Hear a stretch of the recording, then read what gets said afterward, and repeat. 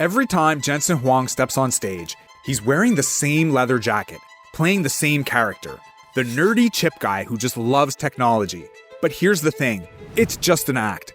Jensen Huang is much more like the godfather of the AI industry than a dork. He doesn't participate in the boom, he controls it from behind the scenes, and he runs NVIDIA more like a crime family. And the tactics he's using, they're borderline criminal. Now, NVIDIA is responsible for 30% of the growth in the entire US stock market right now. If this company goes down, it takes the whole US economy with it. So we need to understand what this man is doing. Now, he started by building a software prison that locks every AI company onto his hardware. Google, Amazon, and Microsoft have spent billions of dollars trying to escape, but they can't. Now, the DOJ is investigating him. France is charging him with antitrust violations. His customers are trapped, and the Godfather is bleeding them dry. Next, he started loaning those same trapped customers billions of dollars just so they could buy his chips. And then he books it as revenue on NVIDIA's side. You see, the cash goes around in a giant circle. Now, the short sellers who exposed Enron are calling this one of the greatest financial frauds they've ever seen. Next, he got his customers to stretch the value of those chips on their books from 1 year to 6, which is hiding $176 billion in losses. And Michael Burry, the guy who predicted 2008 crisis, he found the lie and he's putting $1.1 billion of his own money betting that NVIDIA goes down the drain.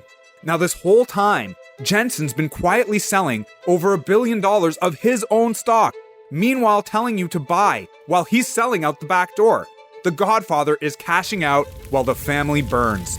I'm gonna break down how each and every one of these schemes work, how they feed into each other, and why this might be the biggest financial house of cards the market has ever seen. By the end of this video, you will never look at NVIDIA the same way. Now let's get into it. Let's start with how Jensen built his monopoly, because it might not be what you think. You see, it's not about making the best chips, it's about trapping his customers with his software. Every AI company writes their code using something called CUDA. This is NVIDIA's proprietary software platform. Think of it like building your entire house with tools that only fit one specific type of screw. Everything from the frame, the doors, the cabinets, they all use this one kind of screw. And if you want to switch brands later, it's not possible to switch them out. You would need to tear the whole house down and start from scratch. That's pretty much how CUDA works. Once you've started writing your code on CUDA for the NVIDIA chips, switching to a competitor would mean rewriting absolutely everything. Months or even years of work. And in the AI race, that kind of delay could kill you. Imagine if OpenAI had to recode ChatGPT from scratch. That's not going to happen. But Jensen Huang does not stop there. He even updated the CUDA licensing agreement to make it harder for his customers to leave. The updated terms restrict customers from using CUDA translation tools on competing hardware. So the workaround that people were using to try and test other chips got completely shut down. He rewrote the rules just to block his customers from leaving. But how does NVIDIA react if a company starts looking at competitors? Reports from the DOJ suggest that NVIDIA slows down their chip shipments and bumps them down the priority list.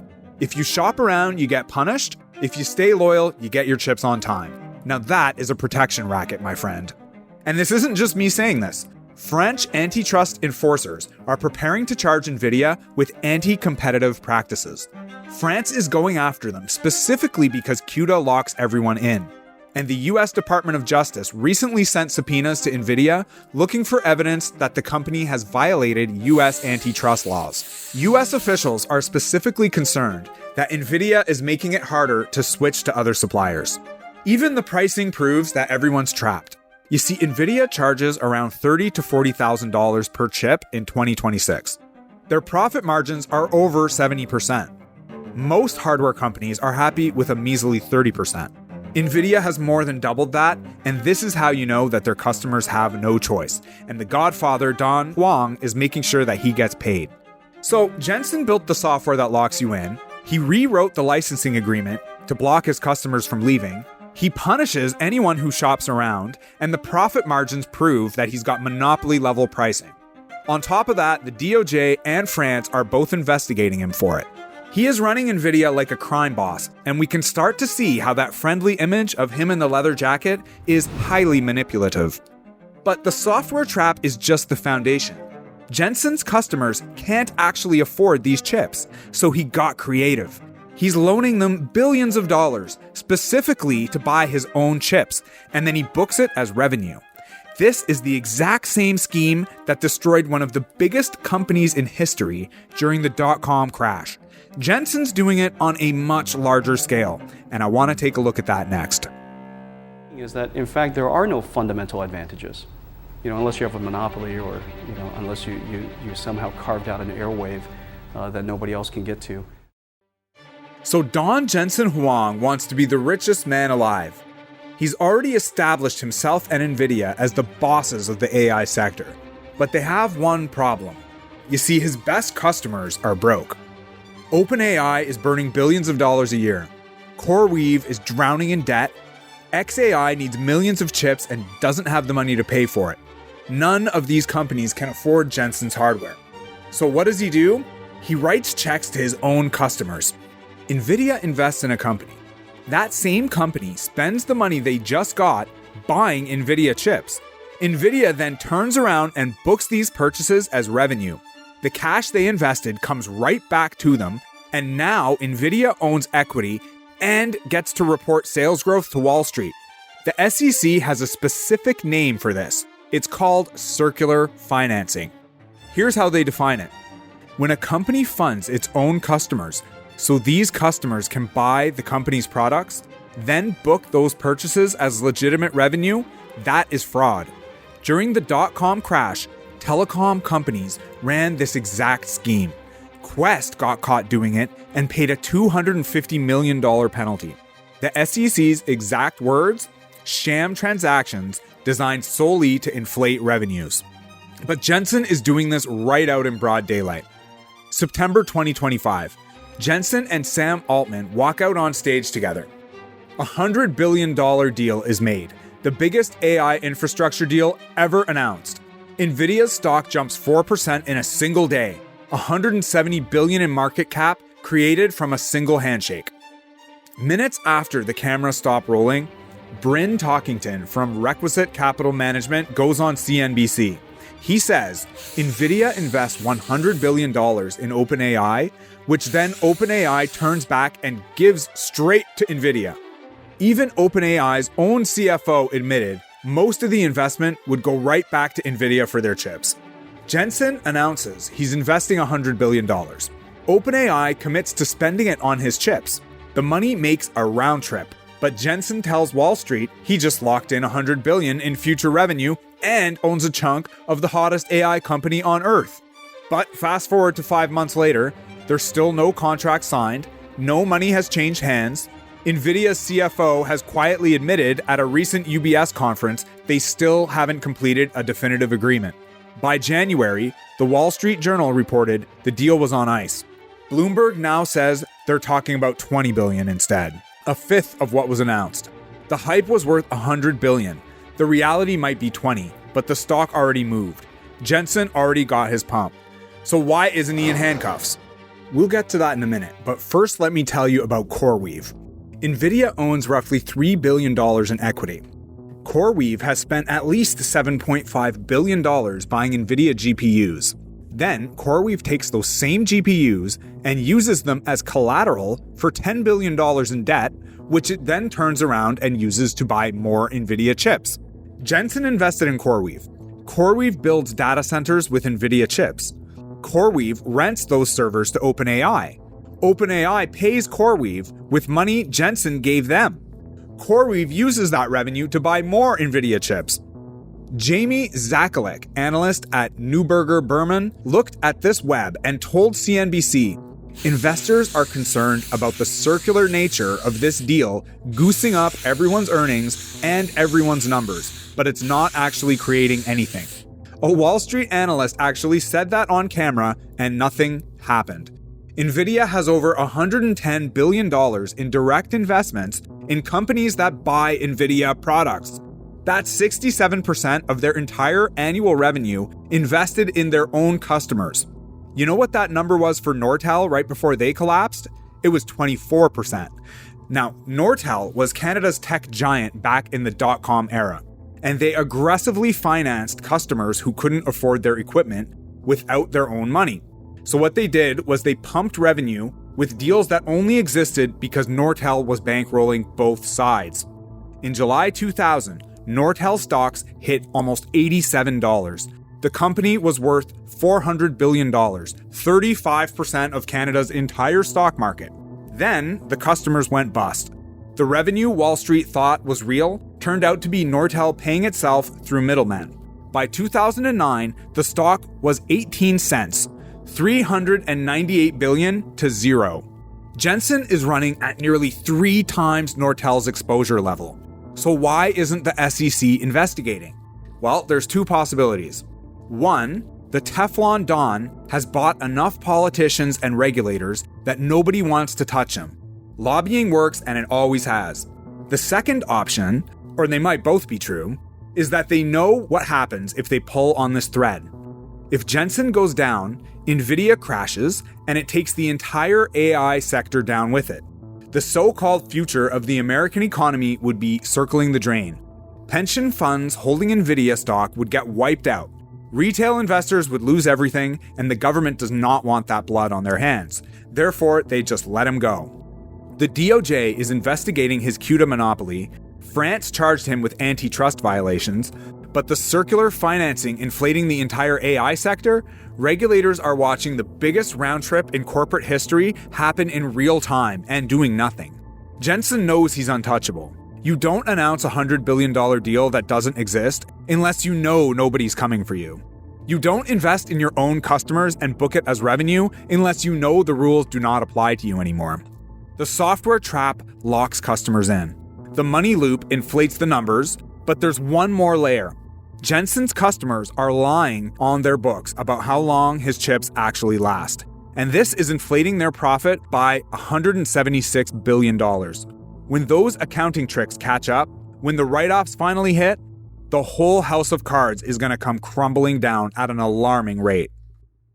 Okay, so the CUDA software locks you into NVIDIA's chips. Then they use the circular money loop in order to inflate their revenue and their stock price. But there's one more layer to NVIDIA and Jensen's empire, and it might just be the biggest problem for the US stock market right now. You see, his customers are cooking the books. Microsoft, Meta, Oracle, Amazon, XAI, every major company that's buying Jensen's chips is telling Wall Street these chips are good for 6 years. They spread the depreciation cost of those chips over 6 full years on their balance sheet. You see, these lower costs per year equals higher profits per year. Earnings calls end up looking incredible, more AI budgets get approved, and more chips get ordered. The cycle just continues. But here's the thing. Jensen himself says that these chips are worthless in 1 year. March 2025, Jensen takes the stage to announce Blackwell, which is his newest chip. While hyping it, he accidentally tells the truth about the chips he sold everyone the previous year. And I quote, "I said before that when Blackwell starts shipping in volume, you couldn't give Hoppers away. Then, there are circumstances where Hopper is fine. That's the best thing I could say about Hopper." Now that's the CEO of NVIDIA on camera telling you that last year's $30,000 chip is e-waste the moment the new one ships. He releases the new architecture every single year. Hopper, Blackwell, Rubin. Feynman already announced for 2028. Microsoft CEO knows it too. Satya Nadella said, "I don't want to go get stuck with 4 or 5 years of depreciation on just one generation." On Microsoft's balance sheet, however, they are giving it a 6-year useful life. Now, Michael Burry did the math on this situation. From 2026 through 2028, these companies are understating their depreciation cost by $170 billion. Oracle overstating profits by 27%, Meta by 21%. His words, "Understanding depreciation by extending useful life of assets artificially boosts earnings." One of the most common frauds of the modern era. He then backed it up with money. You see, the SEC filings show Scion Asset Management bought $1.1 billion in put options against NVIDIA and Palantir. That's his own real money betting that these stocks are going to go down the drain. When they asked Alex Karp from Palantir what they thought about this bet, he called it, and I quote, batshit crazy. The mortgage lender said the same thing in 2007. I want to give you an example of just how messed up the situation is by talking about CoreWeave again. Now, Jensen and NVIDIA invest $3 billion in CoreWeave. CoreWeave turns around and spends $7.5 billion buying NVIDIA chips. Then they turn around again and they borrow $10 billion from the bank using the same GPUs from NVIDIA as collateral. Now, these are the same chips that Jensen says you cannot give away once the next generation ships. So they've got $10 billion in debt, which is backed by assets that are losing value much faster than the books claim. The same mechanics as the 2008 crash are at play here again. Houses that banks swore would hold value were backing trillions of dollars in risky debt. Except this time, it's chips, not houses. Now, look at what Jensen is actually doing while all this plays out. He's on stage calling every deal monumental. He's pumping the stock with $100 billion announcements that never close. Meanwhile, he completed over $1 billion in personal stock sales by October 2025. Then, he filed a brand new plan to sell another $800 million in stock. NVIDIA insiders collectively dumped over $2 billion in stock just in 2024. That's up from $462 million the year before, a four-fold increase. You don't sell $2 billion of stock in a company that you believe in. You sell when you think the music is about to stop.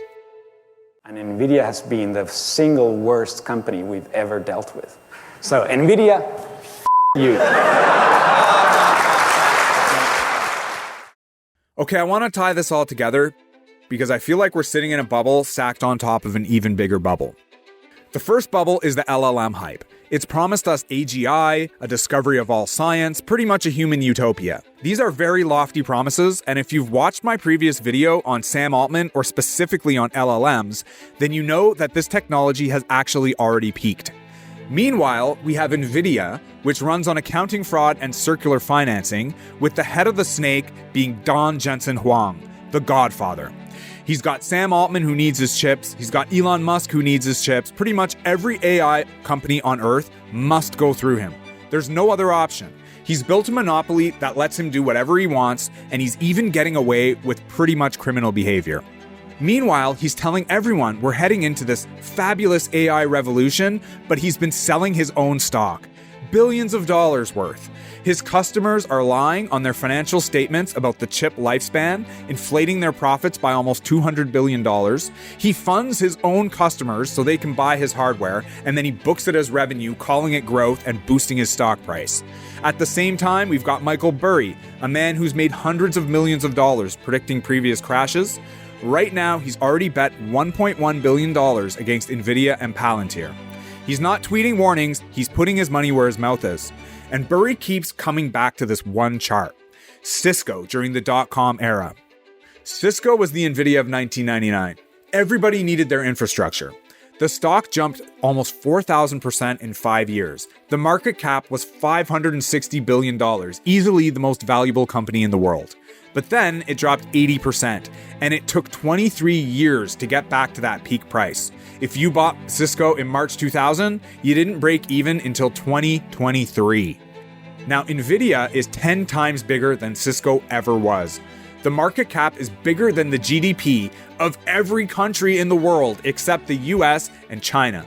NVIDIA alone accounts for 30% of all the S&P 500 gains over the last 2 years.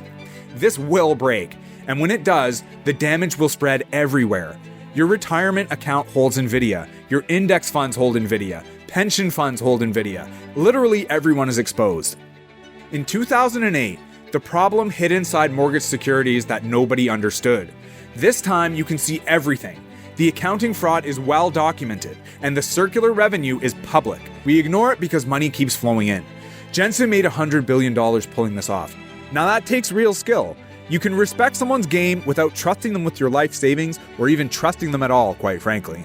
So here's my next question, and I want you to think it through. Is Jensen Huang going to go to prison when this all falls apart? Or is he the best operator that Silicon Valley has ever seen, staying just barely legal while running one of the biggest financial schemes in US history?